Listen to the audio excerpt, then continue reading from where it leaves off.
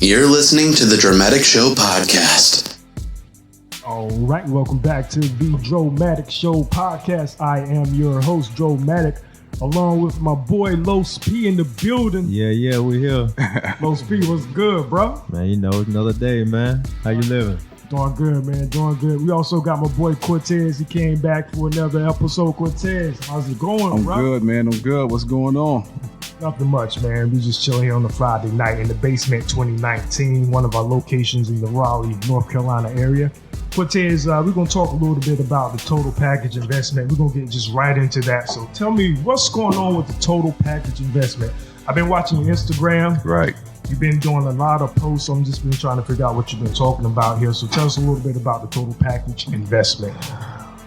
Right. Yeah, man. So it's been straight warfare, man. You know, because I've been trying to get out of debt. So that's been the main thing. So, you know, I started January 2019 just with a new focus, and the focus was really, all right, 2019, I'm getting out of debt, period. Like that's basically, you know, how I'm gonna start this year. And so currently, so I started the year with $48,000 in the hole. So 48 G's in the hole. Yeah, man, in the hole, man. Like, how much was that with dealing with, I guess, like your college education? Like how much was that? 35. So basically 35K was pretty much eaten up by your student loans. Mm-hmm. Man. Yeah. Yep. And then the rest of it was car loans and credit card and Uncle Sam. Good old Uncle Sam. Uncle Sam. Uncle Sam? About 4,000. Yeah, about 4,000. So, but yeah, so started the year with 48,000, and right now I'm at 18,000, man. So you already brought down 18 G's within the last 6 months? Yeah, so 30. So you gotta tell us your 30,000, Yes. 30,000, man. I put away. So now the good thing is that, you know, of that 35,000 that was with student loans, I was able to settle half of that because that was broken up into two loans. One was a private loan, and then the other one was a federal loan. And so with the private loan, you can negotiate those loans.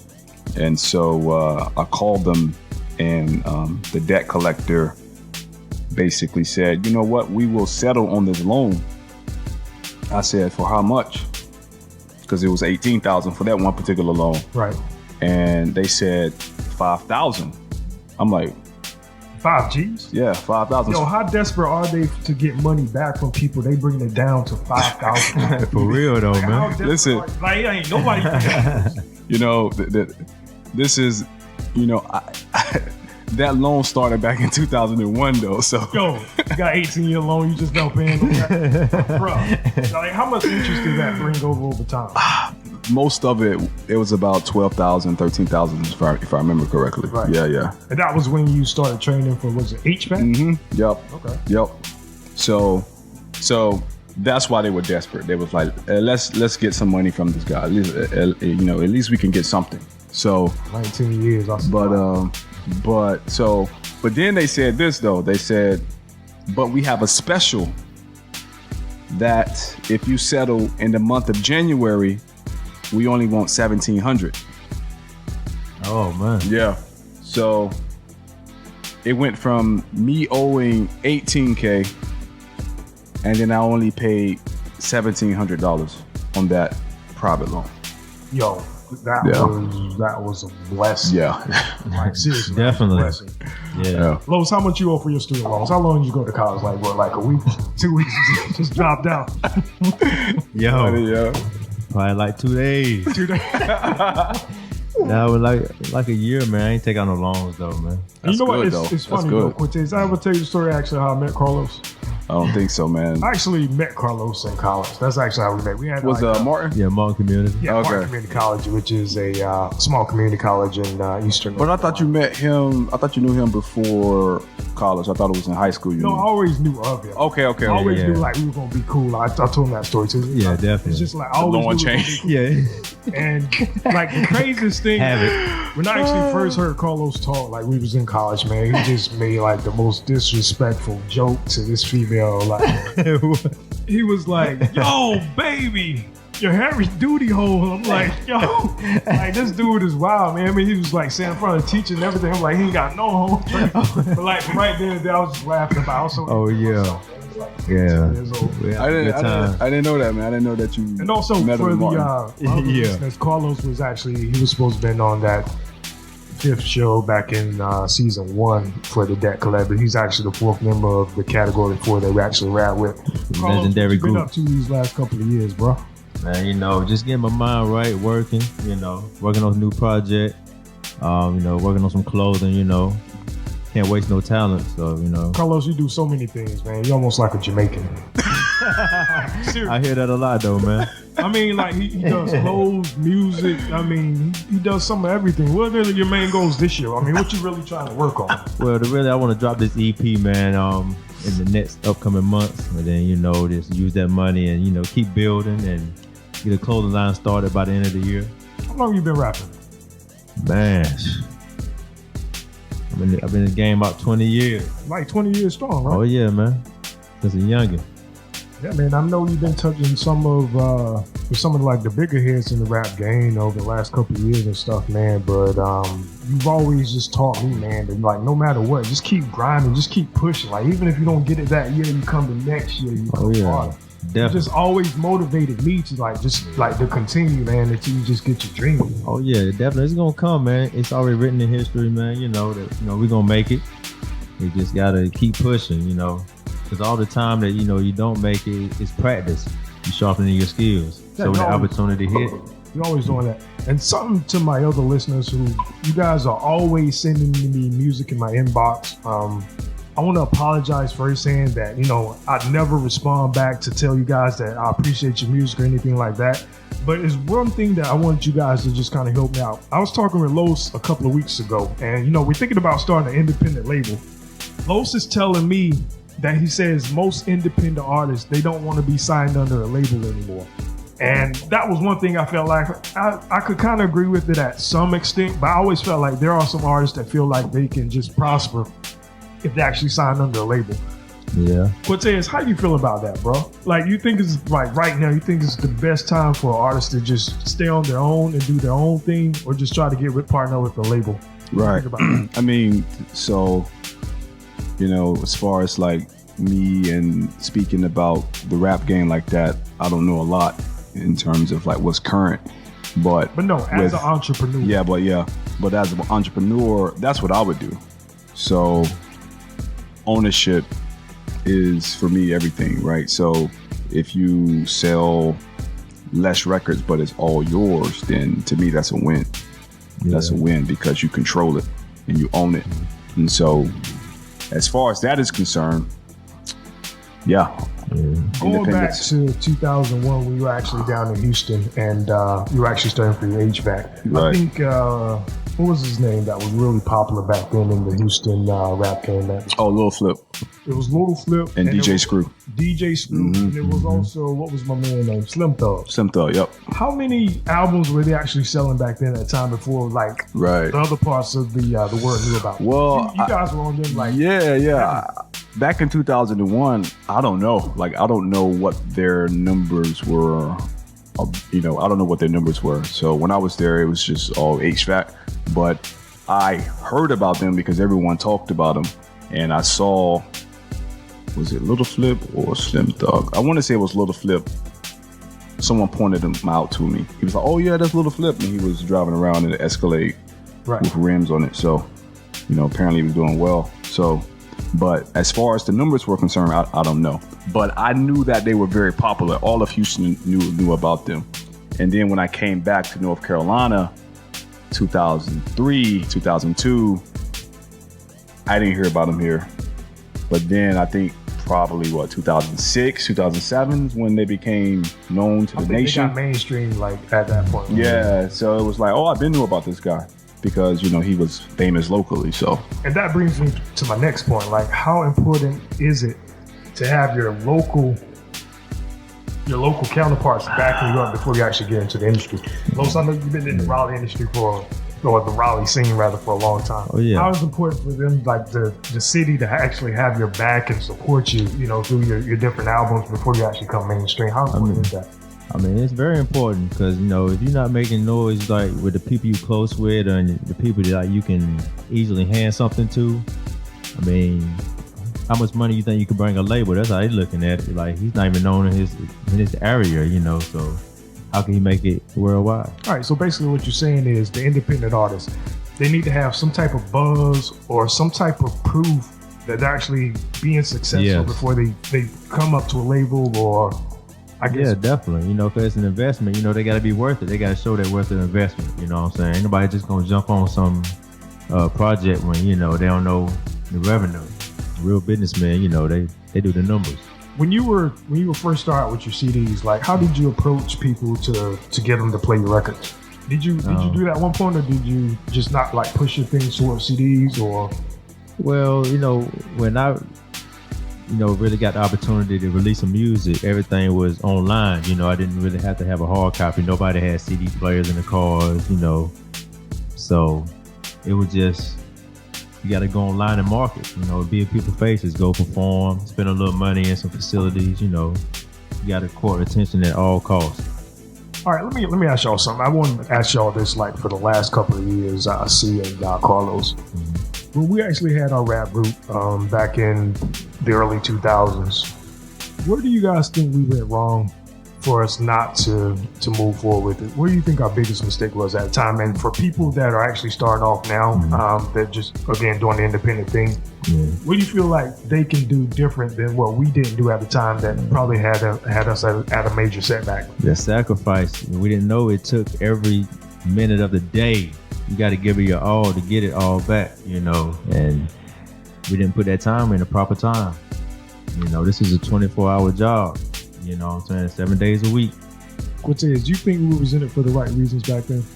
I think that was our biggest downfall, because we wanted to just get rich quick. Right. And, not put in the label like Carlos just said. We just wanted just the women and the money. Like, that was our vision. I think we had an incorrect vision of it. We didn't do it for the passion and the love of hip hop. I felt like at the time, I know for myself, it was just more so just wanted to be not wanting to work a 9 to 5. Like, I was just disgusted with just like going to 9 to 5 and working with these bosses, man, and I didn't like that. Right. Especially when you got talent. What you gonna add? Yeah, so I think what Lo said was true. It is true that it takes all of you, your whole self.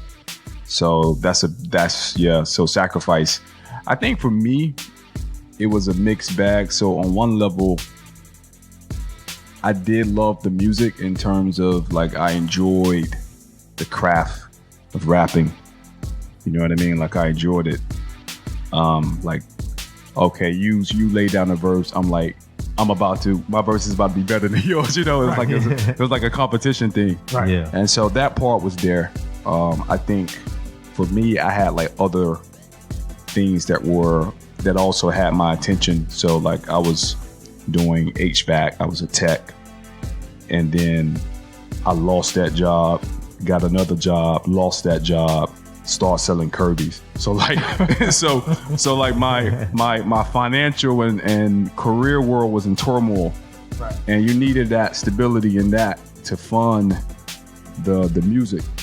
And so I think that is kind of what ripped me from it. Yeah. And not to cut you off, see, but after I actually left the group for a little bit, I know you, S-Class, and Los, y'all continued. Right. How much farther did you guys go at that point?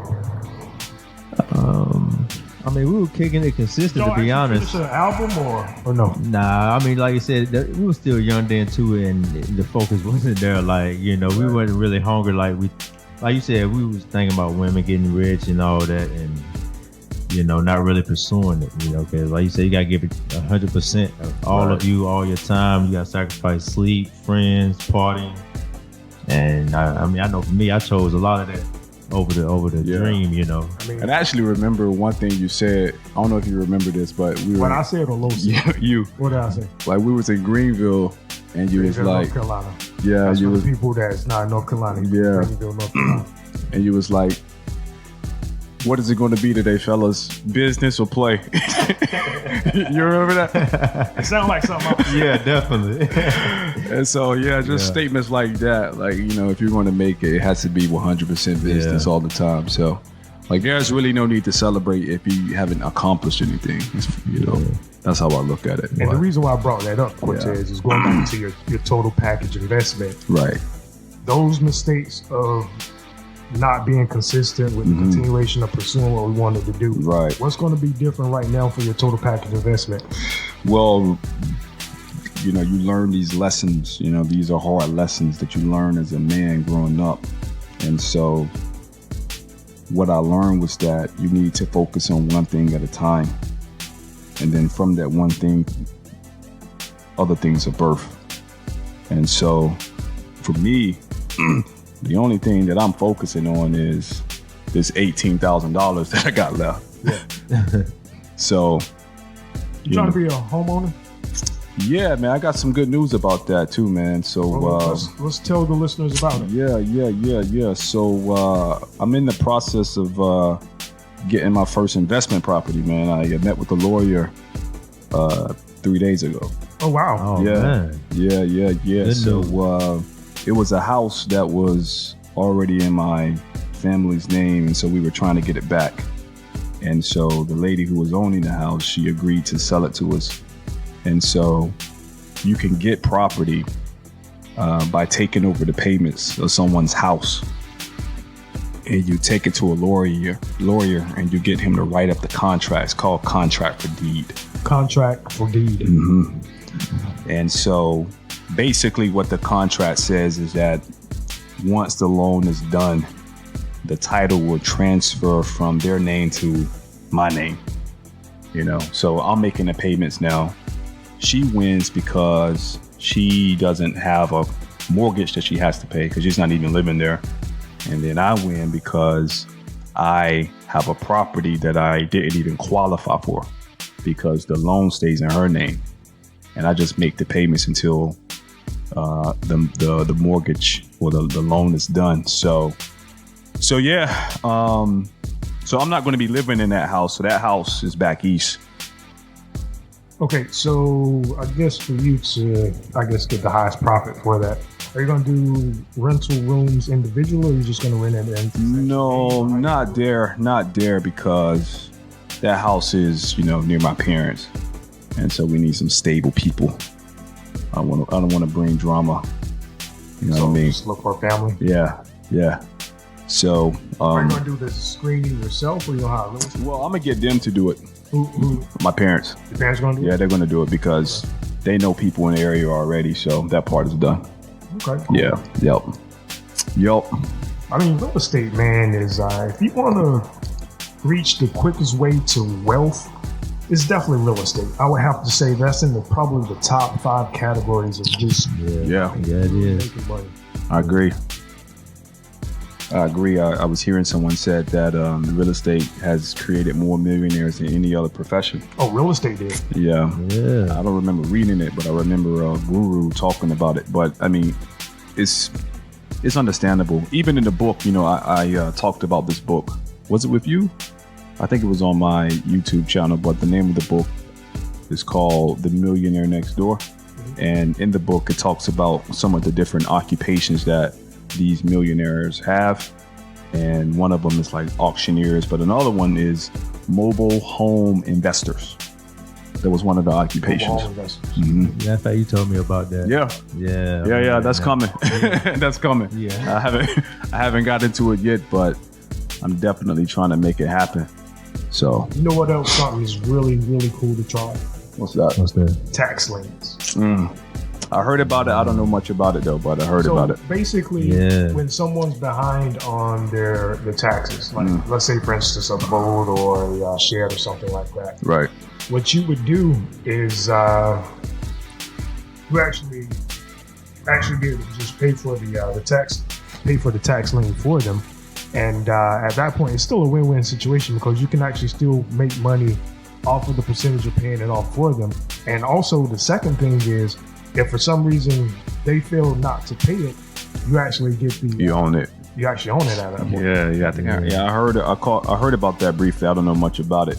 And that's the thing about real estate is that there are literally hundreds of ways to make money in real estate. And so I think for people who are interested in it, you have to know that going in. There are a lot of ways to make money in it. You don't need to know all of the ways. You just need to know a few of the ways and get good at those strategies, and you can become wealthy in the process. So who are you studying under at this point? Right. So let me back up a little bit. So just a little bit about real estate is that this is kind of a, what would you say, proverb that floats around real estate circles, but you have one-time money, temporary money, and then you have forever money. So those are the three types of ways you can make money in real estate. So if you need income, if that's like your primary concern in the beginning, just cash, $5,000, $6,000, $7,000 pops, you do the one-time money. And so with that, you have house flipping, which is what most people are aware of, renovating houses, wholesaling, and then lease options. So those are some of the ways you can get one-time money in real estate. So the guy that I look at does the lease options. And so he's a YouTuber. What's his name? Joe Crump. So he's been doing, what he does is a lot of lease options. So it's a way to make money one time. And so that's why I was aware of the contract for deed, because of him. And so I knew about that strategy. And so since I knew about it, I offered that to the person who was selling me the house. Let me take over your payments. So the process also starts by convincing the current owner of that home to do it, right? Yeah, they have to be motivated, that's for sure. And so she was motivated. Now, in the beginning, maybe 3-4 months ago, she wasn't. So you had talked to her previously and she just wasn't down for it. Yeah. But that's cool, man. Yeah, definitely. And a lot, real quick, and a lot of times is that sometimes the lawyers, you got to go to the right lawyer. So you want to go to a title attorney, because some attorneys don't know what this process is. But so you just can't take it to any random lawyer. It has to be a title attorney, and a title attorney is able to do those deals for you. Right, cool, man. Good stuff. Definitely, man. Yeah. What about the real estate game? What you got going on in real estate? You do everything else. I mean, to be honest, that's the ultimate goal, man. Like getting the real estate, like you said, that's when you're wealthy, when you can buy and sell property, especially commercially, man. And then doing this construction stuff, you rub a lot of elbows and learn a lot of.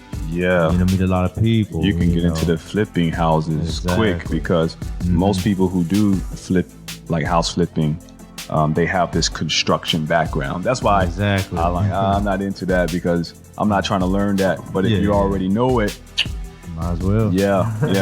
You're like 1 foot in already. Definitely. And then you got to pay nobody to do it. You do it yourself. So it cuts the labor costs. Just buy the supplies. You already got relationships with people. So you're getting products cheap. Yeah. So you've met a lot of people basically networking through construction. Oh yeah, definitely, man. I mean, I ain't gonna lie, it's a shady industry, but why do you say shady? What do you mean by that? Man, like, it's companies being owed millions still for jobs years and years ago. Like, it's hard to get your money sometimes. Like, I work with a company, they owe them like $160,000. You know what I'm saying? So yeah, but it's real shady, man. It's worse than the drug game, to be honest. Like, 'cause, that's big money. You know what I'm saying? Like property. Right. Yeah. Like the supplies alone sometimes be $1 million. Wow. And then people putting in the labor, they're not playing. But definitely real estate, man. That's the way to go. Real estate is where it's at. That's where it's at. Do they have any classes like down here in like the Raleigh area? Oh yeah, definitely. Yeah. Wait Tech offers them all the time. So are these paid classes or are they free to the public? They're paid classes, but they're not much though. Because Wait Tech has this side of the community college called Workforce Continuing Education, and then under that you can take classes that deal with real estate. So I took a class. So that's how I was able to know some of the lenders in this area. So, but yeah, they have classes. You can also, like, obviously you can do YouTube, right? You have professionals up there. Wade Tech has classes, and you can also go to these home buying seminars that some of these lenders will host, and so that's free to the public. And also, Wade Tech has a small business center, which a lot of people don't know about. I just found out about this. And you can go there and listen to free seminars on business, like how to start a nonprofit, tax essentials, marketing, all of those different aspects of business. You can go to Wake Tech Business Center and sign up and show up. And okay, you have so good. I have a question. Yeah. Everything that you just named, why isn't this taught in basic business administration courses? Is it or is it not? I have never. I actually took business administration when I met you. That's what I was taking. Okay. Like, a lot of information isn't shared. Like, a lot of people don't really want you to know too much. You'd be too dangerous. You know what I'm saying? Like, so just like high school, like, they teach you how to work for somebody, making $7 an hour, but they don't tell you how to own your own stuff. Like, right. And you got to learn stuff yourself. I mean to cut you off. No, you're good. You got to teach yourself. You got to read. The information is there. Like you say, you just got to go to the places and apply yourself. Yeah. It's like any other successful business. You got to go after it. And speaking of which, what I'm so happy for, Will Smith and Nas, that financial literacy that they're actually investing in, I think they did it last week. I felt like that was really cool. The fact that so many schools, public schools, they don't offer financial literacy. I think that's really killing our generation. Like, the generations that are coming up, just not understanding money, man. Exactly. These young rappers, 17, 18 years old, they get these $1 million deals, and they go out and buy $50,000, $100,000 chain and stuff like that. Yeah, man. Just think about, like, if they really have financial literacy, like how much longer they can actually keep their wealth, man, and just continue to build on it. Mm-hmm. And see, and they good with what they do, man, because like, with the streaming now, it's so much money being made, but they glorifying throwing and spending it, you know what I'm saying? And people fall into that trap. But it's a lot of artists I've heard speak that, say they're going to stop buying chains and, like, start getting real estate. People starting to become aware, slowly. But I'm like, their handlers or their lawyers, like, they should have some type of, what's the word I'm looking for? They should have, like, some accountability. No, they should have like a mentor or somebody like in their ear to like say, hey man, this probably isn't the best idea. Like some type of financial advisor. I mean, is that on the category for an attorney, a manager? You got them on your payroll, so why don't you have like some type of like financial advisor in that? I mean, people don't want to be told what to do anymore. Especially with their own money. You know what I'm saying? Yeah. And it's not really being told what to do. It's just somebody. You got to plan for the future. Everybody live in the moment, Yeah. Especially the young crowd, It's all about partying. And, that's more glorified than anything, So. And I think people assume that you don't have to be taught about money. Yeah, exactly. Why do you feel like that? I guess if you grow up in a way where money is not discussed, you assume that, I understand money. You just assume it. You think it's natural. So, but it's not, right? If you shouldn't increase your spending when you increase your income. Some people, when they increase their income, they increase their spending. If you increase your income, the rational, wise thing to do would be to keep your spending the same. But I don't know. I think you absorb that knowledge and understanding about money from the culture. Okay, so let me ask you this: you got a young kid, pretty much raising the projects his entire life, just his mom and himself, and he gets a deal. I would think that because he was in poverty for so long, when he actually gets that money, I feel like he would appreciate it a little bit more. Right. Do you feel like that's the opposite of that, Los? I know you always say, man, when you get on like that, you're gonna just go back and you're gonna do everything for your mom and your dad. Like that's like your number one priority. Yeah, because I was like, we grew up like, I'm not gonna say, we was in worse circumstances, but we didn't have money like that. So honestly, when I did get money,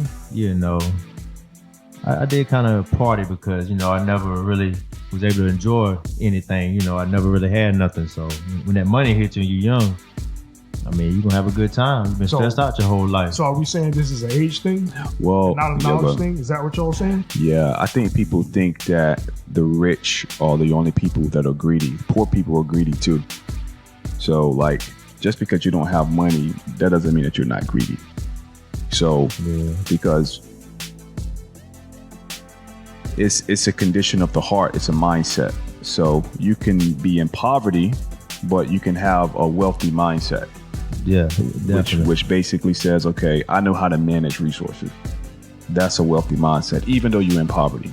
But you can be in poverty, but you can also have a poor mindset as well. Yeah. And a poor mindset basically says that when I get money, I spend it. Yeah, you know what I'm saying? All the nice stuff I seen on TV, I want. I was talking to someone the other day, and I was and I asked them, I said, hey, why do you spend your money as soon as you get it? I was trying to understand. I was just trying to understand the mindset. Yeah. And he said, because I know that I'm going to get it next week. Oh, well, I mean, and I feel like, you know, and it was just wild, man. I was trying to understand that, but. And like, I seen a meme that kind of describes what we're talking about. Like, you got the rich young kid, got all the jewels and stuff on. Then you got the white guy that's wealthy. Right. Just more regular New Balance.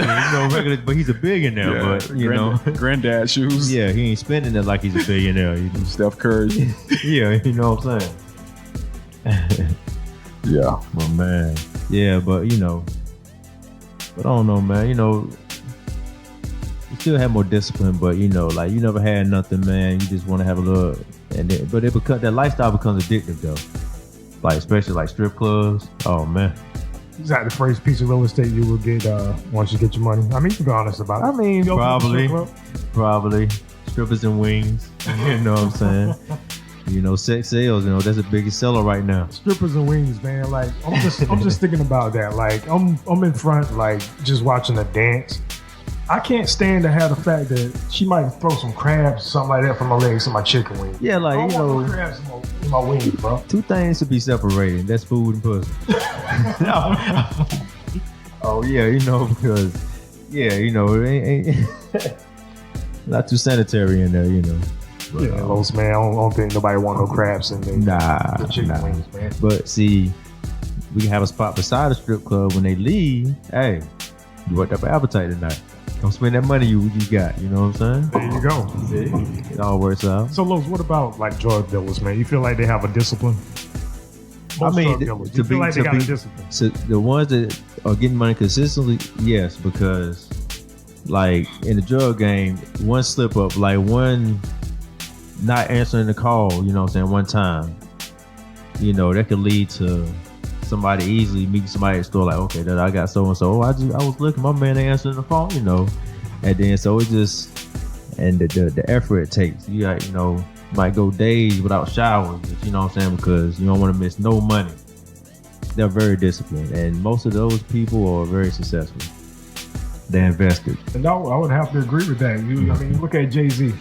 That's how he started, man. Like, just moving weight. And then now he's probably the first billionaire in hip-hop. And see, people, try to, degrade hustlers. But those are the ones that figured it out. You know what I'm saying? They figured out about money, how to invest. Even though it's drugs, they learn how to invest, save, and get that connection with someone that, But you know what, Los? I feel like, man, most of these businesses and companies, they were built on dirty money. People look at think it was like a happy-go-lucky story, but nah. Most of these empires were just built on corrupt money. Oh yeah, man. Look at how they did the Indians. You know, since day one, man, they savages, man.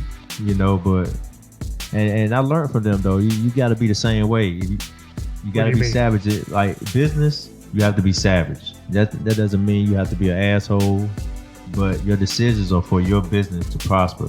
So if somebody gets fired because they're lacking, I mean, they shouldn't be mad because, you know, they should did what they're supposed to. You know, strong as the weakest link, you know. Yeah, you're right about that. So, yeah. And going back to what I was saying about Jay-Z, but I actually thought that Dr. Dre was going to be, or he was the first billionaire. When he sold those Beats headsets to Apple, didn't that bring him over to like I'm not sure. I thought I heard actually, that. yeah, they said he did. You know what I'm saying? Because I forgot who was in the studio with him and they spilled the beans before he announced it. But yeah, he was supposed to be the first one. I don't know. Yeah, that was weird to me when they said Jay-Z. I assumed that Dr. Dre had already hit that mark. But to be honest, I feel like Jay-Z, before that announcement, Jay-Z had already reached that. Him and Beyonce were going crazy getting that money. You mean combined? Yeah, but still though, you know, just... Yeah, as their brains together, I feel like, you know, they probably reached that. Yeah, definitely. And, you know, even with the ball team, he might have did it by himself. You don't know how much money he had from the streets already. Whose team? Jay-Z. I mean, you know, he got the Nets. Okay, the ball team. Okay, got you. He had to release them as he became a agent. For real? So as he became an agent, he actually had to release his shares of it. Okay. So, yeah, so I don't think he actually owned the Nets anymore. Oh, okay. I didn't know about that. Speaking of which, man, you guys catch the NBA Finals? Man, actually, I didn't. Yeah. You catch it? Yeah, I saw it. How you feel about the Toronto Raptors, man? Like, you felt that was a deserving win without Kevin Durant? I mean, I'm a Kawhi fan, but, you know, I was going for the Warriors. You're actually going for the Warriors? Yeah, I just like to see greatness continue. Yeah. You feel like they were a great team? No, just like dynasties. Like, I just have this thing with dynasties. Like, I just like to see people dominate. Yeah. But I was happy that Kawhi won, though, because I always said that he was in my top three. So it was top three best players right now? Mm-hmm. Yeah. Facts. Yeah. Facts. Who's your top three right now, NBA? You got Giannis, you got Kawhi. But Giannis first? Wow. I mean, not maybe in that order, but just, you know, the ones that leave it on the court every single night, you know, no matter what. And, so basically, you're saying LeBron is pretty much, he's slipping from this point forward. I mean, I'm not going to lie, like, you know, I know he had his little injury, but it seems like every year LeBron gets faster, stronger, and smarter. I mean, he's great. I mean, I can't take nothing from that, man. And he's also great off the court. Yeah. So I definitely respect him a whole lot. Probably out of everybody, him, like, he's really doing his thing for the people. So is he not in your top three or no? You said no, Giannis, because you mentioned Kawhi. One thing about like Kawhi and them boys ain't no crying. Like, you know what I'm saying? Let's go get it. You know what I'm saying? You got time to be crying to the ref. You know what I'm saying? He got it. You see Kawhi, he don't smile. He got that killer instinct like Jordan. LeBron doesn't have that. Cortez, give me that Kawhi laugh real quick. You stupid, man. No, I want you to give me that laugh. Yo, I don't know how to do that laugh, man. that thing's strange, man. Yo, that was one of the most weirdest things I've ever heard in my life. Yeah. That first time you sent me that video, I was like, yo, like, yeah. I thought it was like some type matter of fact, you the one showed me the first time too. Oh, That's yeah. how we all hung out, the man. L House, he actually doing their award speech for he told me like to do the laughing, man, and he sure enough he did it. And I think it's actually his real laugh, man, but it's one of the weirdest things I've ever heard. And you guys, when you listen to it, sounds like a soundtrack. It sounds like a what? To death. Like a laugh soundtrack. You know those fake laughs that you hear from comedians. Crazy, man. Yeah. And Kevin Durant, man, like you think the Warriors handled that like they were supposed to? That injury, man. You know, I felt like that could have been prevented. It was interesting though because I was hearing commentators talk about that. Is that when he first went down with the calf, everyone was saying, why is the ice down on his Achilles? Yeah. Like the ice supposed to be higher. And so people thought that maybe he did something to it then. But that's a tough call. I don't think LeBron would have went out. No, definitely not. Yeah, I don't think LeBron would have went out. That's why I can't say he's the greatest, man. Like they keep He saying, did like, that, he doesn't Sacrifice. Come on now. Yeah. Yeah, he Okay, get an so- ingrown toenail, he don't play, man. So basically, you guys equate greatness with the killer instinct. You feel like because he doesn't have that killer instinct, like he just will never be the greatest of all time. And you got to think, like, you know how people like me and Cortez are talking about chemistry. This man came to the Raptors, never played with these guys, and led them, and they followed. You know what I'm saying? Like, Right. What you about know what I'm team saying? basketball, though? The Raptors, they play team basketball. But see, that's the thing. Great players like Jordan, like everybody on his team was a baller. You know what I'm saying? Even though he took most of the shots, he know when he passed that ball, they're gonna do what they do. You know what I'm saying, to back him up. Right. You know, he had killers on the squad with him, and so does, you know, Kawhi. But except for like Lowry, he ain't no killer. But the boys ball, man, they leave it on the court. You know, You think Kawhi's going to stay? You think he's going to resign? He should stay. he should. But Why do you feel like he should stay? It's the best move for him. He won a chip. Hold on. Why do you feel like this is best? He won one championship. Yeah. But why do you feel like this is the I best move for think him? strategically, when you look at the NBA as a whole, the Wild Wild West has all of the major players. So why would you, one, just put yourself in all of that competition when you know it's going to be harder to get to the Western Conference Finals? So does anyone give LeBron respect for actually doing that? Oh, for going from For East going to out West? to the West? Does he get any respect? That's a good question, man. That's a good question. I never thought about it like that. I mean, to be honest, I mean, the West always been a powerhouse, so to kind of go there at the end of your career, like, and still, you know, ball and compete, you know, that does say something. But I mean, yeah, he was. They were LeBron's the a beast, fourth seed though before he went down. Yeah, it was Yeah. like 20 and 14 or something like I that. mean, he always gonna make you better. But like I said, that greatness, man, like it takes a lot more than what you do. Like no flopping, you know. I know a lot of people flop, but you know, just play the game.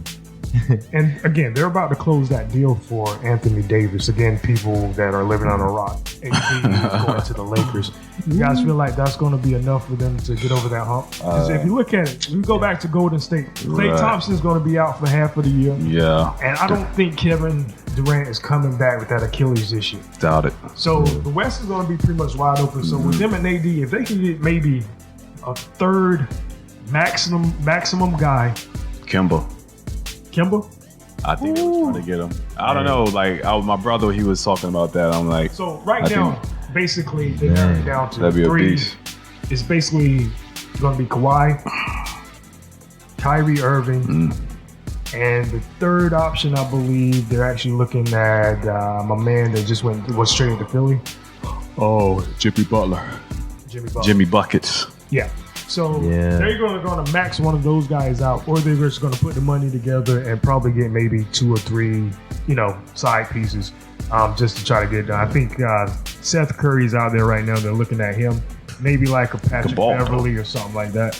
But I feel like Kyle Kuzma, I feel like he can actually be that third guy. Yeah, I think He's still there, right? Yeah, He didn't go with the trade. Kuzma is that guy. Yeah. Like he's coming into his own. Yeah, No. I mean, they have a good shot of getting to the finals with this currently built team. Yeah, I think so. I mean, AD, man. I mean, alone. Like I'm gonna keep it 100 with you. Gosh. LeBron is in his passing phase now.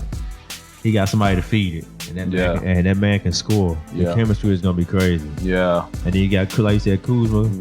He gonna always do him. Yeah. You know what I'm saying? Curry is not going to be enough. Oh no, Curry alone. nah. So you feel like definitely if LeBron takes on more of a Magic Johnson role and just be a distributor, He's kind of always been that, though. not. Bruh. That's Yes. kind of his attribute is really, when you look at him from my perspective, he's always been like a pass first guy. Yeah, he's never been a ball hard. That's one thing I respect Yeah. about him too. He might be the greatest on the team, but he's gonna give his players a chance to be involved. And now he has AD to dish it off to, and he's already coming through the lane. People scared, moving out the way. It's gonna be dunk fest, I man. mean, Los, that's all good and well, but who's going to be the closer? AD hasn't been known for a closer. I mean, he doesn't have really that much. I don't know playoff much about his experience. closing. But see, that's the thing too. I can't take away from LeBron.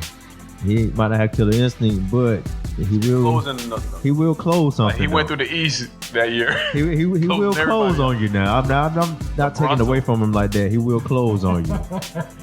So do y'all call him clutch? Yeah, but y'all call LeBron being a clutch player?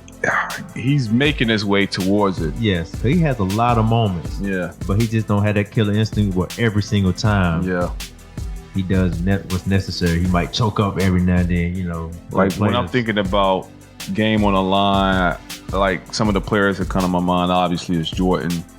AI is going to get you a bucket. Okay. Kobe's going to get you a bucket in those crucial moments. You will put LeBron over Kobe, top 5 right now. Oh, I mean, oh my gosh, man. I know my answer. Yeah, I would put Kobe over LeBron. I would put I don't know, man. I don't know. Like I'm not so let me say this right here real quick is I used to not give LeBron any credit. All right, I changed a little bit when I stopped comparing them to kind of what you were saying, the mentality, like assassins, like go get it. Killer instinct. Yeah. So what LeBron does is he's kind of the tide that lifts he's more like a general. And Kobe and Michael more like assassins. That's kind of how I look at it. And that's a good comparison. And so LeBron, in terms of like comprehensive impact on the game, I mean, think about those chase down blocks and those crucial moments. Oh yeah, he's definitely those rebounds, guard 1 through 5. You know, it's kind of hard to just push that to the side when we talk about this. So. Went through, I mean, that team, when he beat the Warriors that year. When they came down. 3-1. I mean, good gracious, man. That's something. I guess it's hard because when you look at Michael, okay, never lost in the finals, never went to a game 7 in the finals. 6-0. 3-peat, played baseball, came back to the game, another 3-peat. Yes. Like when you compare that, like who's gonna ever top that? Nobody. So anyway, and with that, man, I'm gonna just say he's not seeing Kobe, man. Kobe is all of the above. Kobe was it, man. Like, you know, I never seen a player with a mentality like Kobe. You know, Kobe was a assassin. You know what, though? Some people say Kobe's the poor man Jordan. Would you disagree with that? I put it like this: that's the closest thing to MJ, if not identical. Yeah, 'cause he did identical stuff MJ did, man. Like, and he just like, and in big moments, he knew who to get the ball to. His IQ was crazy. He knew who had to look in their eyes, who to get the ball to. Like when Ron Artest finally won championship. He gave the ball to that man at the end of the game and all net. What series was that? That's the Orlando series, or was that Boston? That was Boston, because him and Paul Pierce were going at it, and he ended and he Paul did Pierce it. is that dude. And see, Paul Pierce, my favorite player. Yeah, I mean, I know that. For him to do that, the most underrated player in my book. Paul Pierce, hey, look, like I said in the hook, truth, Paul Pierce, man. Paul Pierce is the truth. Yeah. You know, he came back from being stabbed multiple times and balled out. Right. No excuses. That man done had injuries and come back out the locker room and give you 40. Paul Pierce is that dude. I was listening to one of his interviews on the Breakfast Club. I think I'm not for sure if he's going to do it or not, but he may join the Big Three. You guys watch any of the Big Three games? Yeah. No, I haven't watched them, but I've seen the highlights. Yes. Yeah, and I think Ice Cube, he came on, he was on Media Talking a couple of days ago. I think they actually dropped the age down now to like 27. Their main goal now is to actually try to get players to come on, and if they do good, to actually get them back into the NBA. Oh, cool. Yeah, that's so what's I up. felt like that was going to be cool. And I've been watching like Nate Robinson, man, but he still looks like he can actually still play in the NBA. Nate the Great. Yeah, his career was over too soon. I don't know what happened with him, his situation, but he was balling out in Chicago that year. Yeah, he'll give it to you. He'll give you his life. You know? I just don't understand these NBA owners. Also, man, like I've been watching some videos with Carmelo. Do you feel like this is still the NBA for Carmelo? Or you feel like it's a wrap for him? I think Carmelo can still ball, man. If he's anything like he is in that workout video, he's everything is more fluent. Like you could tell he's really been working on his shot, because it was like an old crazy off the wall shot. But he if he play like that, like calm, relaxed, Melo's that dude, man. Since Syracuse, I seen him. You know. What team right now you guys feel like could use Carmelo? I'm gonna keep it 100 with you. I'll tell him to go to the Lakers. You know what I'm saying? He making a comeback. Yeah. I think that would actually be a good fit. Yeah. So you feel like Carmelo would the entire time just be a spot-up shooter? Because that's what I feel like the Lakers need now. They just need to surround LeBron right now with just shooters. Shooters, yeah. And I believe he could. I mean, he used to be a shooter, man. I don't know what happened to him. He fell off. I don't know if he can make a return, but if you know, I wouldn't mind seeing him go to Portland. Portland? Yeah. You know what? I take my answer back. Yeah, because I Him love with Lillard love Dame Dollar, man. And then CJ a hooper, man. I didn't really. I used to sleep on him. CJ a hooper, man. He balls up. Consistent too, like. Yeah. Oh, that would be perfect. Melo out there. You think they're actually the best back-to-back or backcourt duel? Well, like the Warriors kind of really showed them who the best was. I mean, like with that, with those guys being swept. So it wasn't even like fun. Yeah. They go up like 16, 17 points. I'm thinking, okay, they about to get this one. And there's just like Steph and Clay and Draymond. They just clowning them, man. They're just coming back in like the late third part of the fourth quarter, man. So. Yeah, killers, man. Yeah, they never give up, man. Like they just play through it, man. They know. You know, they believe in each other. Yeah. I was going to say one thing about LeBron, too, where I kind of put him a little higher, is that when you think about NBA, some players change the game. And I think, like, we saw Magic a little bit, right? Someone who's 6'8", 6'9", handling the ball, right?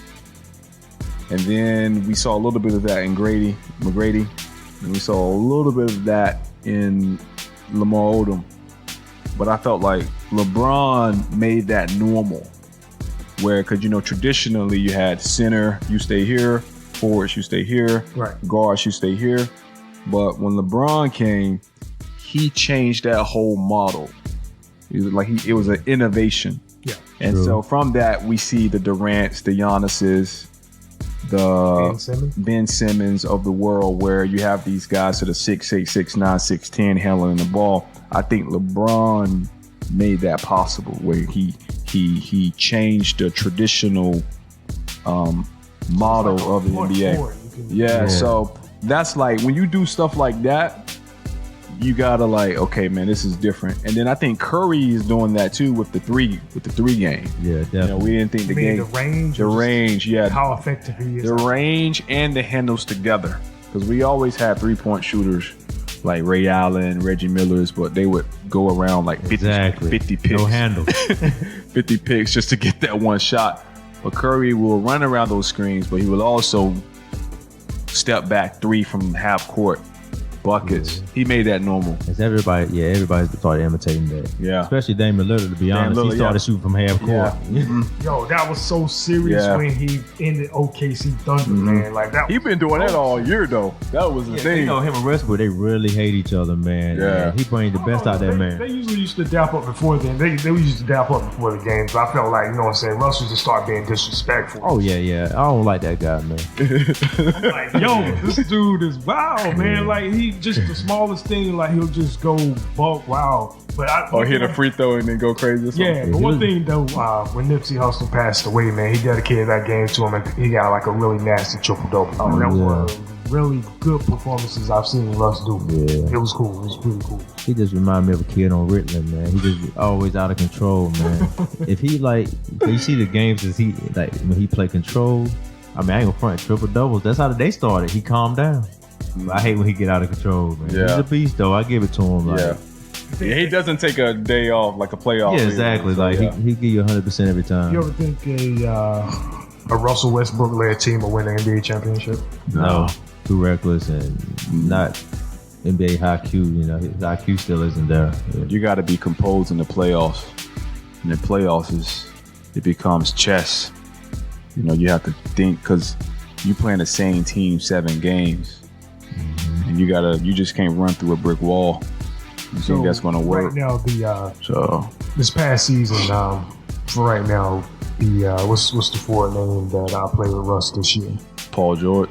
I was just about to say that. You take Paul George and you switch him with Giannis, and then you add Klay Thompson to that. That's the OKC's big 3 for next season. Giannis takes Paul George. Paul George's place. Yeah. And then they sign on Klay Thompson. Wow. So do you feel like that led to with I think Giannis and Westbrook are very similar players in terms of their mentality. Ball demanding? Just like semi-reckless. I mean, I think Giannis, I don't know.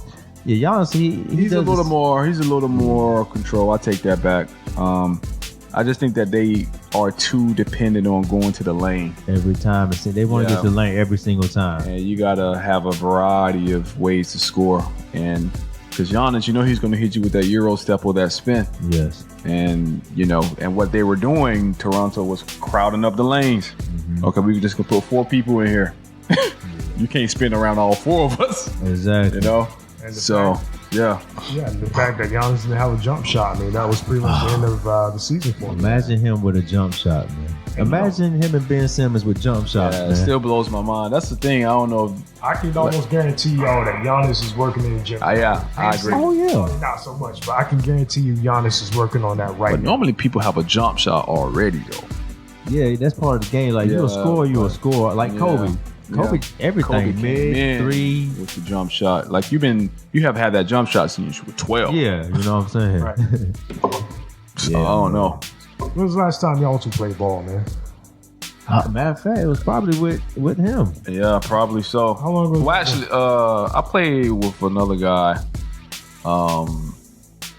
at the church, but it wasn't like a real game. It was like a pickup game. Like you won't crossing the deacon over anything? Nah, it was a young dude, man.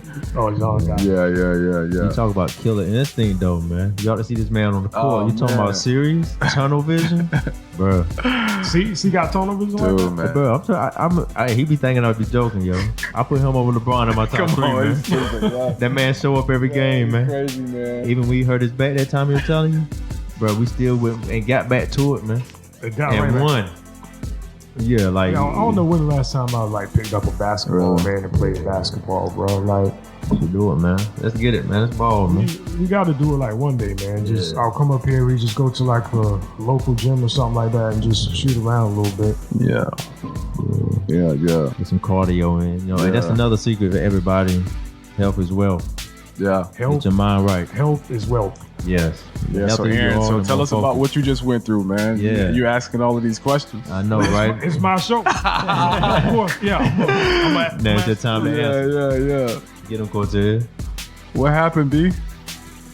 To what exactly?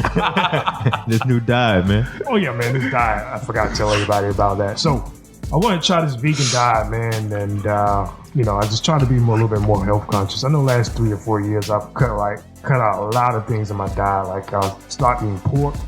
I think I stopped drinking sodas at the age of like 13 years old, man. I didn't know that. Yeah, I actually stopped drinking sodas when I was like 13. Like right back then, I knew like it wasn't something. Sodas wasn't actually good for you. Cleaning acid. Yeah, man. So I stopped pork and I said to myself, I said, you know what? Like I didn't realize meat could be so bad when it's actually injected with steroids and genetically altered and things like that. I just didn't realize the stuff that we're actually putting in our mouths, like in the grocery store. So I said, you know what? I'm gonna just try to go a little bit more organic. I felt like I know Cortez was talking about like the pricing of eating healthy and things like that. Yeah. Man, but can you actually put a price on your life and your health? No, you can't. Not at all. When I looked at it that way, that's I said, true, you know what? Like that's an investment to me, man, because my body. The body just heals all, but you know what? I just couldn't. Long story short, I just can't do this vegan diet. I think I lost since what is it now? June 29th, something like that. So I started back in around May 15th, and since then I actually lost 26 pounds. I was like 177. Now I'm down to like 154. So that's like 6 weeks, man, just going hard with just like veggie juice. I'm talking about just putting parsley and water, mixing it like in like the mixer, man, and just killing it in the morning, and then later on, my God, put like a banana and some strawberries, bro, and just going to work, man, and just eating like spinach raw with kale. I did that too. I was eating spinach, bro. I still got bags in the refrigerator, man. Grasshopper, man. Bro, but like seriously though, the detox actually works. One thing about a detox, when you go back to certain foods, anything that just doesn't register with you, it lets you know. Yeah, that's true. And I actually went back to eating eggs. I ate like a boiled egg. I didn't really want to go into the fried. I ate like a boiled egg, man. Yeah. I swear, man, it felt like the bottle was coming out, man. I went to. That's a really good feeling. It was rough. So at this point now, when I boil an egg, I've been doing it for like the last 5 weeks. I'll just basically boil the egg and just take out the yolk and just eat the white. Gotcha. So that's what I've been doing, like, and some using just eating toast or something like.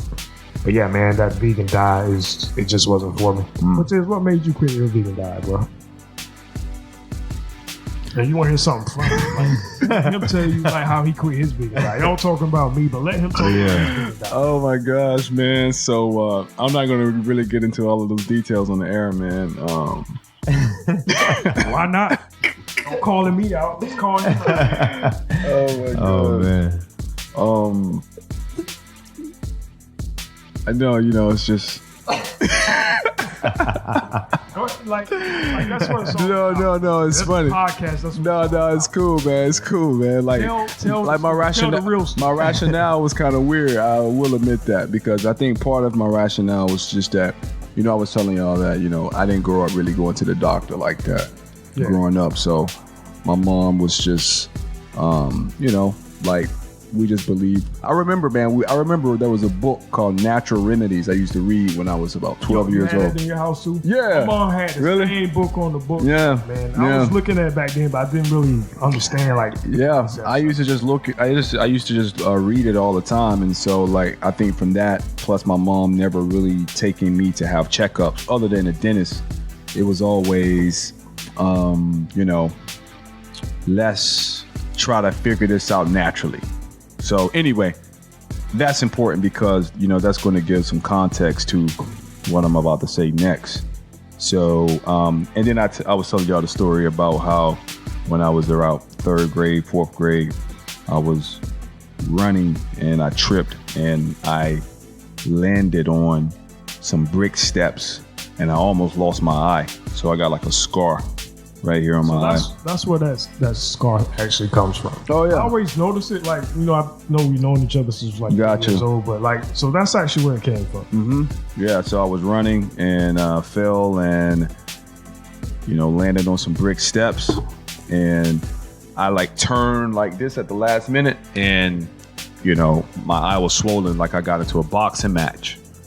Like I was fighting Evander Holyfield or something. Your boy almost lost an eye. Yeah. And so like my eye was swole shut and I couldn't even see out of it, just like a little bit. And I was, everyone was, making comments. I'm like, well, whatever. It was kind of like what it was. Yeah. And so it was swole, but I didn't go to the hospital. And so, it was real story, true story. So I didn't go to the hospital. So anyway, that's my background about just my perspective with health. It was just never in my DNA and in my practice. So anyway, having said that, so back to the vegan diet. So basically, I think it really came down to one, I was getting smaller, so I didn't like that. So how much weight did you lose? Probably about, so right now I'm at 173, 170, probably 170-ish. And I think I was in the 150s. So, that's a big difference, 20 pounds, as you know. And so I'm like, man, I don't like this. And so that was one factor. I think also, too, I, through a random circumstance, I had some blood work done. And, the report basically says that, the... An STD test? No. Sorry, man, to tell you. No. That's cool. No. I have had that before years ago when I was with y'all dudes, but I left that life behind. So yeah. But basically, no. So anyway, the blood basically said that the white blood count was low.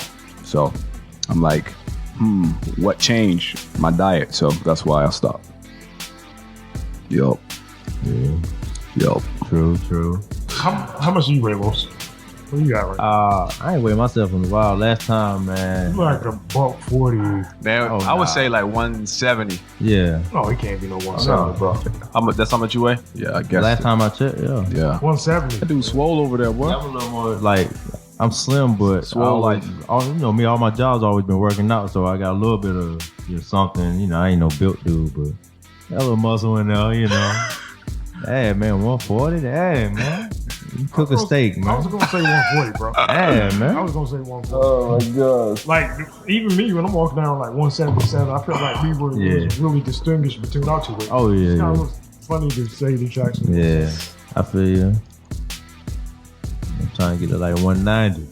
190. Yeah, I'm gonna start UFC, man. Said You nah. want to start UFC? Oh no. I mean, a lot of people doing that 36 years I'm gonna old. tell you like this, Going man. into the octagon, man. I'm not ready for that. Cause you need me in my face in front of my family.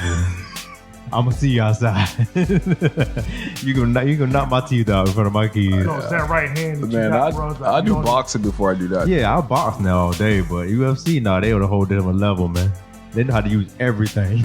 Everything's a weapon. So, like, it's funny that y'all mentioned like that UFC. Y'all heard that what was going on between Justin Bieber and Tom Cruise? Nah. Justin Bieber actually challenged Tom Cruise to a UFC fight. Oh, Tom already trained for all the movies. He gonna fold him. I don't know, man. I think Justin Bieber will get him. Tom Cruise is what, like 56 years old? Justin Bieber got swole, didn't he? Yeah, but look, this is Tom Cruise. You can't say Tom Cruise haven't even aged. He's still like the young Tom Cruise, and he still run 30 miles in every He on movie. that Ducati, man. You know what I'm saying? He's like Will Smith. They run everywhere, fast. The fact that he actually The old man strength. he actually worship an alien. So Yeah. Oh, that's that Scientology. That's what he's doing. Yeah, that's crazy though. Him and the old girl from King of Queens. So she said she used to be in it. She got rid of it though. Yeah, she didn't like it. You know what I'm saying? but they was asking her like to do like weird things. Yeah, But I man. think it was actually more so like a money type thing, though, right? I didn't really get too much into her story, but I know she just left life alone and she was hurt about what happened. I don't know what really went on, but that's how the world is, man. A lot of strange stuff happening in these, religion and like movies. You can't get a role unless sell yourself. Unless you sell your soul. You gotta sell your soul now. Yeah, you fuck around. You got a picture of penis in your mouth. You gotta do this role, boy. You don't want to do it no more? You will never be in another movie ever. It's crazy though, man. But I mean, It's real. That red couch, man. I heard about it, man. so what about the music industry? Same thing. I mean, see, that's the same thing. Like and it's crazy, man. Please don't tell me that, because if you make it, I'm gonna think you got. See. So And please don't tell me that it goes the same way in the music industry, bro. Please. Oh, it does. Like, that's why a lot of these, dudes made it. Like, they submitted, man. And I mean, they got on their knees. I mean, if you want money that bad, hey. But me, see, my number's going. You might as well just stay independent then. Oh no, see, they broke it down like certain amount of streams still mean a very nice income. You don't have to have hit records. Like it's been, because streaming is so big, that the numbers really don't have to be as many as people think to have a comfortable life. So that'll be me, because I'm not selling my soul. Okay, so for a comfortable life, how much money are we talking about in a year's time for comfortable? I mean, a year's time. I mean, you gotta be making. I mean, if you're smart with money, it could be as low as you making $100,000 a year, as long as you're smart with money. But to be comfortable, I say by about $10 million a year. Cause they got items that cost over $1 million, so it's like you can kind of go broke easier this day and time. Now we were coming up $1 million, we thought was a lifetime, and we were wrong. But what you think? What's a nice number a year? For the music industry, for anything, just being comfortable. Yeah, music, being comfortable. I would probably say 20 to 30 million a year. Like that's comfortable. I wouldn't say like $1 million a year right now. Oh nah, definitely There's not. no way $1 million goes as further as it did like a couple of years ago. So I would have to say 20 to about 30. You know what? Yeah. 10 is running it low too. So yeah, about 20 or 30. But no, man, I don't want to do music anymore now. Because if I make it, you could be on the podcast talking about Los P out here on his knees. You never know. No. All jokes aside, Los, this independent label, man, and you feel like that is the way to go for to really get into the music industry at this point, man. Like, just the artists themselves, you feel like they should just start their independent label or just somebody? I mean, independent, if like keeping all your money is the best way to go. But if you really an artist and you gotta have if you ain't got a strong team, then your situation probably calls for you to go to a major record label that can give you everything you need to get exposed. If you just, trying to be independent and you don't really have your team set up, you're not going to make it, because, you got to focus on the artistry part. So you need everybody that's going to be handling the business. And see, that's what I always try to tell people, man, that I'm talking to on a daily basis. When they always come to me for advice and say, hey, Joe, like, how are your projects, like, how are they moving so fast? And I always tell them, I'm like, if you build a team, you gotta, each person that you try to recruit, you gotta show them your dream. You gotta let them know that you're serious about it. Yeah. And once you can convince them to see your passion and your dream and they want to come aboard with it, I mean, your team can expand from that point. Yes. And when you got a team, man, you can just really start pushing. Oh yeah, definitely. Because there's a lot of artists, I'm not even gonna lie. I don't like a lot of music artists make. I listen to them, but I definitely respect their hustle because like now you can see it doesn't take talent, to make a lot of money. What does it take? Work ethic. A lot of artists, like even like locally or whatever, it's a lot of artists. People ask, how do they make it? They work nonstop, and like you said, they show other people that they were passionate about their dreams, and they went and got it. It's power in numbers. Who you listening to these days in the Raleigh area, like in the underground scene? What a few artists you tapping through right now with your playlist? I listen to like Droop Smith, of course, Lil Bro, very hot, you know what I'm saying? Mally NSB, let me see who else. Are these from like the Raleigh area? Oh yeah, they buzzing in the Raleigh area. What about like Charlotte? Like, you got any artists out there that you listening to right now? No, I mean, of course the Baby, mainstream, but other artists, no, I don't really see. I might see little clips of artists coming up, but it's so many people to keep up with now. I don't really know. Chaos out of Selma though, he really about to blow, I believe. Yeah, so you got to send me some links to some of these guys, man. Oh yeah. I'll try to link up with them on like social media and see if I can find some information on them. Oh yeah. Bring them on. Oh, definitely. This year, man, we're going to just try to support the independent artists. Like, that's going to be like the number one goal for the Droematic Show podcast is to support our independent artists, man. We want to keep pushing and basically get independent music, like give it the push that it deserves, man. There's so many talented individuals in the independent scene, man, that just don't get that push that they deserve. Yeah, it's because the work ethic, man. Like, I'd have been to a bunch of studios where work's supposed to be done and it's people clowning around playing all day. The people that are really working. Are they not taking the art serious, or they just don't have the work that they built inside of them? I mean, I feel like that's inside of you. You know what I'm saying? It's a lot of lazy people. That's why it's not too many successful people. The people that are successful, it's in their DNA. You know what I'm saying? To go get it. And a lot of artists don't have that. Like I said, I don't listen to a lot of artists. I don't think they make good music, but I really respect like how they go get it. They marketing BS music, but they're killing it because they shoving it in your face nonstop and they steady recording. So, can dedication be taught to somebody? No, dedication got to be in you. I mean, somebody can mimic somebody, can be around somebody and mimic their work. Like somebody's work ethic could be contagious and just. Oh, that's what I was just about to say. Your work ethic is contagious, but it still got to be in you to want to do it because it's a big sacrifice. Like, you got to give up everything to follow your dream, and a lot of people can't do that. They got to have that friendship. They got to have that person in their life, or they got to have an attachment to something that take their time away from what they believe. And most of the time it's simple as a 9 to 5. Like people, you know, I don't knock people working because I work, but you know, if you have a real dream, then you really ain't got time for a 9 to 5 either. So that's a sacrifice a lot of people aren't willing to make. And it's hard to make because you got bills due. And you just going off what you believe, you know. So, well, what about this? Have you ever looked at it this way? What if they're actually working their 9 to 5 for that money to be invested into their business to build theirs? Have you ever thought about it that way? I mean, a lot of people do that, but when it's time to say, okay, I'm gonna leave this job and trust that this music is gonna pay me for the rest of my life, that's a big decision, no matter how much money you got saved up. You know what I'm saying? So it still take that ambition to be inside you, like, I believe in myself.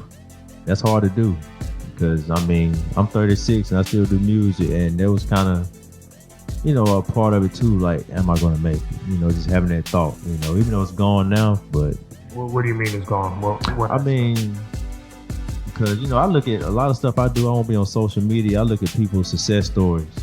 I watch millionaires now on YouTube and stuff like that, so I see what they did. They took a chance. Who are some of the people right now that inspire you and just kind of keep you to keep moving forward right now? I ain't gonna watch this guy. I think his name is Gary V. He just straight to the point. And he tells how it is. Like, you know, a lot of people want to charge you for information, you know. Like a lot of black people, if they have information, they want to charge you for a book or something. This guy is actually on Instagram every day and on YouTube giving away information free for people to eat up. So I definitely, you know, and he goes to, he's a millionaire now, and he actually goes and buys stuff at like a yard sale. Might be like a $15 card, a $5 card. He's selling online for $15 and shows it online. Now this is a millionaire with a $10 flip. He's still hungry. You know what I'm saying? A $10 flip excites him a day. So you feel like black people don't share the wealth? No, the wealth of knowledge. No, I mean, you gotta be very close to somebody for them to give you some knowledge, and sometimes they don't do it then. Like, they want to charge you. If they know something and you don't know it, they'll charge you for it. We don't break bread with each other like other races. And you know, numbers. You agree with that? You agree with that statement you just said about black people not wanting to share wealth with one another? Yeah, I think that I think part of it really is so I think that sometimes when certain blacks kind of get high up, you know, they, I guess, what would you call, like, forget about the hood, you know what I'm saying? I think that part of the reason, like we'll make statements like this, you know, we should start more businesses, or, you know, we should start more families, or we should start XYZ. And I think the reason, like, if you look at these small businesses in a lot of other ethnic communities there, the reason why those businesses are there is because there's always a father there. You know what I mean? Like, if you go into one of these stores, and if you go into one of these small businesses, you'll see a father there. Exactly. And I think like that's a big part of it, where you know, in the black communities, sometimes you don't see like a father figure there. And because of that, I think that causes a lot of this lack of sharing wealth. It's like the men don't know, the men don't know how to relate to each other, because we look at each other as, you're my enemy instead of you're my brother. Exactly. And the reason why we don't view each other as brothers is because perhaps our fathers haven't taught us to relate to each other as brothers instead of, that's real, like warriors and no, this is my enemy there. Exactly. I think that's a big, my competition. Yeah, that's a big part of it. Like the head Negro in charge, like, you know, I'm gonna son you. You know, that's kind of exactly. You know what I'm saying? As a versus let me try to, you know, lift up the next man. So yeah, I tend to agree to a certain extent. Yeah. All right, good stuff, man. Good stuff. Let's come together, everybody. You've just listened to the Droematic Show podcast with your host, Droematic.